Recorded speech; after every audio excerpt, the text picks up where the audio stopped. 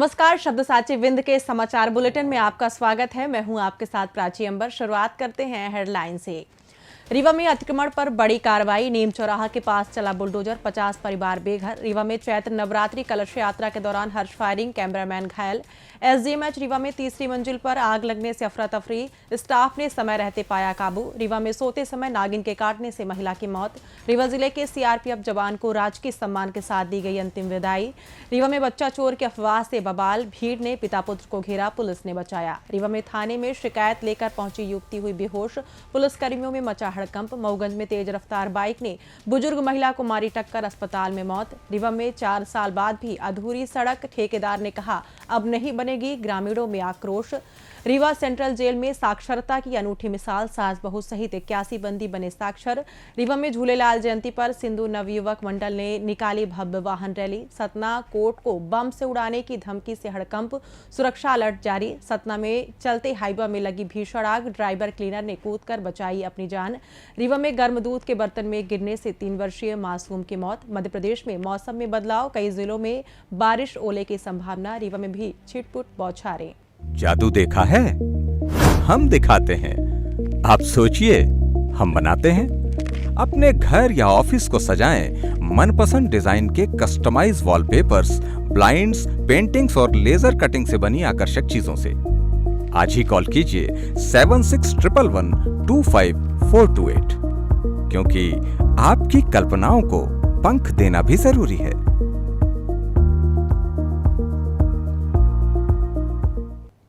अब खबरें विस्तार से। रीवा शहर में प्रशासन ने अतिक्रमण के खिलाफ बड़ी कार्रवाई करते हुए नीम चौराहा के पास स्थित बस्ती में बुलडोजर चलाया। इस दौरान करीब 50 परिवारों के अवैध मकानों को ध्वस्त कर दिया गया। बताया जा रहा है कि यह शासकीय भूमि लगभग 2 एकड़ क्षेत्र में फैली हुई है, जिस पर लंबे समय से लोग निवास कर रहे थे। कार्रवाई के दौरान प्रभावित परिवारों ने रोते बिलखते विरोध किया, लेकिन भारी पुलिस बल की मौजूदगी में प्रशासन ने अभियान जारी रखा। लोगों का कहना है कि उनके पूर्वज ने यहाँ घर बनाए थे और वे 80 से 150 वर्षों से इस जगह पर रह रहे हैं। उन्होंने यह भी आरोप लगाया कि उप मुख्यमंत्री राजेंद्र शुक्ला समेत कई जनप्रतिनिधियों ने उन्हें पट्टा देने का आश्वासन दिया था। स्थानीय निवासियों के अनुसार क्षेत्र में स्कूल, आंगनबाड़ी और सुलभ कॉम्प्लेक्स जैसी सुविधाएं भी विकसित की गई थी। लोगों से टैक्स लिया गया और बिजली पानी के कनेक्शन भी दिए गए, लेकिन अब बिना किसी वैकल्पिक व्यवस्था के उनके घरों को गिरा दिया गया। नवरात्र के समय बेघर हुए परिवारों ने प्रशासन पर संवेदनहीनता का आरोप लगाते हुए कहा कि छोटे बच्चों के साथ अब वे कहां जाएंगे। वहीं नायब तहसीलदार यतीश शुक्ला ने बताया कि 1 माह पहले ही सभी अतिक्रमणकारियों को बेदखली का नोटिस जारी कर दिया गया था। यह कार्रवाई याचिकाकर्ता रामानुज पांडे द्वारा उच्च न्यायालय में दायर याचिका के आधार पर की गई। प्रशासन के अनुसार इस शासकीय भूमि पर नगर निगम द्वारा फायर ब्रिगेड स्टेशन और टावर निर्माण का प्रस्ताव है, जिसके चलते यह कार्रवाई की गई है।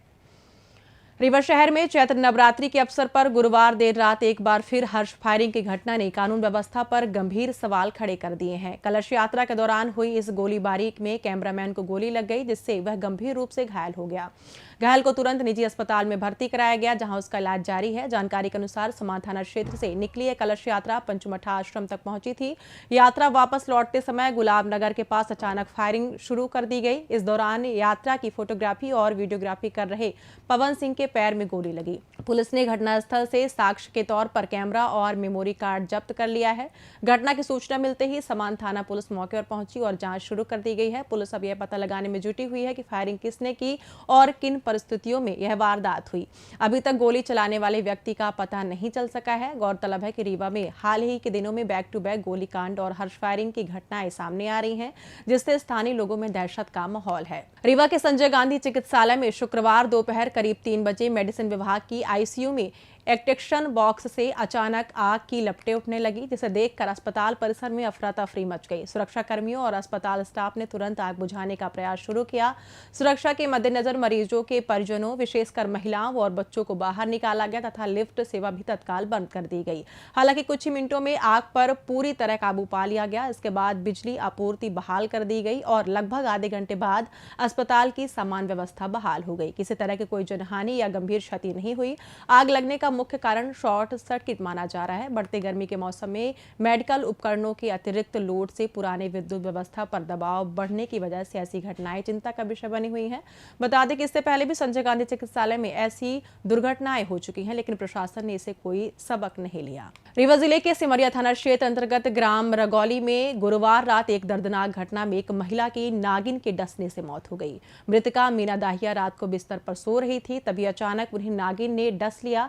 जागते ही बिस्तर में नागिन देखकर वे चीख उठी। परिजनों ने तुरंत नागिन को मार डाला और घायल मीना को आनन फानन में रीवा के संजय गांधी चिकित्सालय पहुंचाया, लेकिन देर रात उपचार के दौरान उनकी मौत हो गई। पुलिस ने घटना की सूचना पर मर्ग दर्ज किया है। पोस्टमार्टम पूरा होने के बाद शव परिजनों को सौंप दिया गया है। रीवा जिले के त्योथर तहसील के सीआरपीएफ में सब इंस्पेक्टर के पद पर तैनात देवारायण दुबे का महाराष्ट्र के पुणे में सेवा के दौरान हृदयघात से निधन हो गया। उनके निधन की खबर से पूरे क्षेत्र में गहरा शोक व्याप्त हो गया। दिवंगत जवान का पार्थिव शरीर उनके पैतृक गांव बराह लाया गया, जहां राजकीय सम्मान के साथ गार्ड ऑफ ऑनर देकर उन्हें अंतिम विदाई दी गई। अंतिम संस्कार के दौरान क्षेत्र के लोगों का जनसैलाब उमड़ पड़ा और हजारों की संख्या में ग्रामीणों, पूर्व सैनिकों तथा स्थानीय निवासियों ने नम आंखों से वीर सपूत को श्रद्धांजलि अर्पित की। इस अवसर पर विधायक सिद्धार्थ तिवारी, पूर्व विधायक श्यामलाल द्विवेदी, पूर्व सैनिक अध्यक्ष योगेश तिवारी सहित क्षेत्रीय पूर्व सैनिक संगठनों के सदस्य और बड़ी संख्या में ग्रामीण उपस्थित रहे। सभी ने दिवंगत जवान के कर्तव्यनिष्ठ जीवन की सराहना की और शोकाकुल परिवार के प्रति गहरी संवेदना व्यक्त की। सीआरपीएफ की एक टुकड़ी तथा स्थानीय भूतपूर्व सैनिकों ने भी अंतिम यात्रा में भाग लिया। रीवा जिले के सुहागी थाना क्षेत्र अंतर्गत जबा गांव में गुरुवार रात बच्चा चोर की अफवाह ने हिंसक रूप ले लिया, जब करीब 100 से अधिक ग्रामीणों की भीड़ ने एक पिता और उसके पुत्र को घेर कर उनकी कार पलट दी और लाठी डंडों से हमला करने की कोशिश की।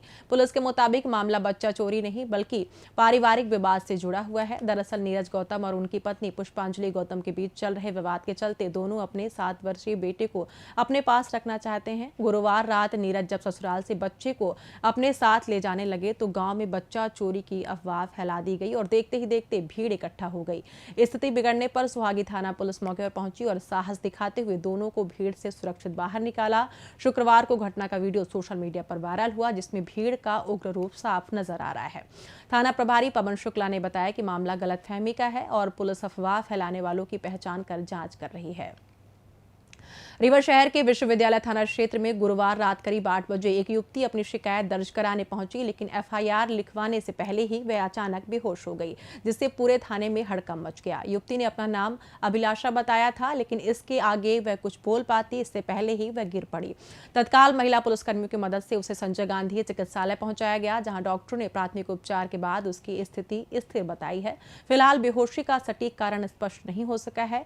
यह भी पता नहीं चल पाया है कि युवती किस गंभीर शिकायत के साथ थाने आई थी। पुलिस अब युवती के स्वास्थ्य की जानकारी के साथ साथ उसकी शिकायत के संभावित विषय की जांच कर रही है, ताकि मामले की पूरी तस्वीर सामने आ सके।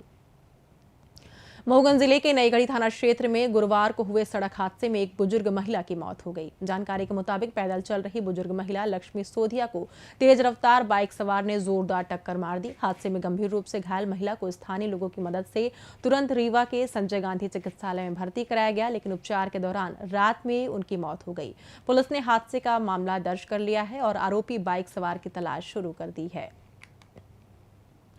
रीवा शहर के पास गड्डी रोड स्थित लक्ष्मणपुर गांव में 4 साल पहले 9.5 किलोमीटर लंबी आरसीसी सड़क निर्माण का ठेका दिया गया था, लेकिन अब तक मात्र 7 किलोमीटर ही बन पाई। मुख्य मार्ग से शेष 2.5 किलोमीटर हिस्से का काम पूरी तरह ठप पड़ा हुआ है, जिससे ग्रामीणों को रोजमर्रा के आवागमन में भारी परेशानी झेलनी पड़ती है।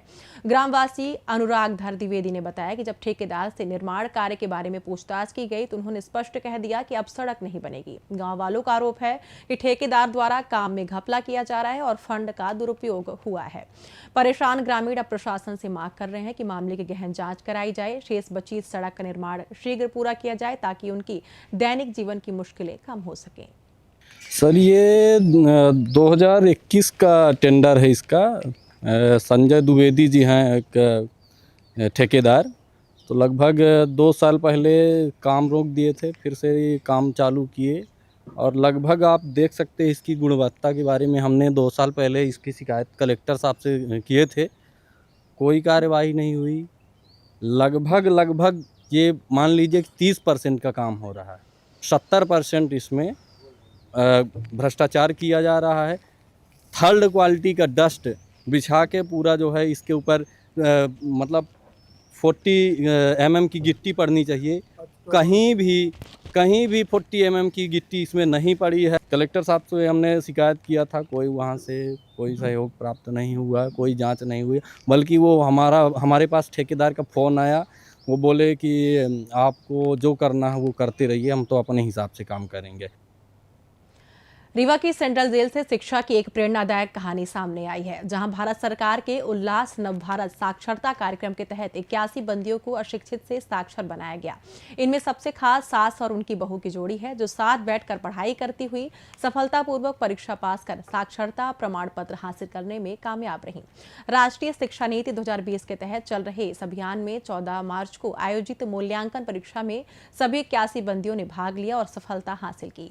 जेल प्रशासन का कहना है कि शिक्षा से बंदियों में सकारात्मक बदलाव आ रहा है, जो उनके पुनर्वास और समाज में सम्मानजनक जीवन जीने की राह आसान बना रहा है। सास बहू का यह उदाहरण साबित करता है कि शिक्षा के लिए ना कोई उम्र बाधा है, ना ही परिस्थितियां। यह पहल न केवल जेल में नई उम्मीद जगाती है, बल्कि जन जन साक्षर के संकल्प को भी मजबूती देती है।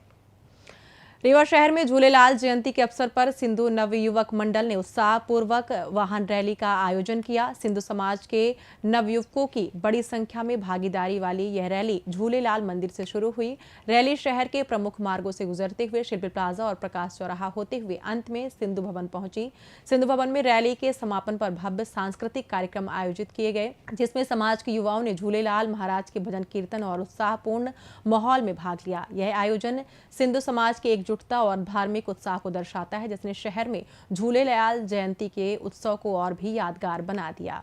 सतना जिला न्यायालय को शुक्रवार सुबह बम से उड़ाने की धमकी मिलने से न्यायिक और प्रशासनिक महकमे में हड़कंप मच गया। अदालत की आधिकारिक ईमेल आईडी पर गुरुवार शाम आई मेल में दावा किया गया कि कोर्ट परिसर और जजों के कक्षों में 15 जहरीली गैस बम लगाए गए हैं, जो शुक्रवार दोपहर 1 बजे विस्फोट करेंगे। सूचना मिलते ही प्रधान जिला एवं सत्र न्यायाधीश के निर्देश पर प्रशासन हरकत में आया और कलेक्टर व पुलिस अधीक्षक के नेतृत्व में डॉग स्क्वाड व बम निरोधक दस्ते और अन्य सुरक्षा एजेंसियों ने कोर्ट परिसर में सघन तलाशी अभियान चलाया। साथ ही मैहर, अमरपाटन सहित अन्य तहसील न्यायालयों में भी व्यापक जांच की गई, लेकिन कहीं भी कोई संदिग्ध वस्तु या विस्फोटक नहीं मिला और धमकी फर्जी साबित हुई। इसके बावजूद एहतियात के तौर पर सुरक्षा व्यवस्था कड़ी कर दी गई है। सतना जिले के सतना से मरिया मार्ग पर शुक्रवार सुबह करीब 3 बजे बाबूपुर चौकी क्षेत्र अंतर्गत बतखर के पास एक चलते हाईवा में अचानक भीषण आग लग गई, जिसमें ड्राइवर और क्लीनर ने समय रहते कूदकर अपनी जान बचाई।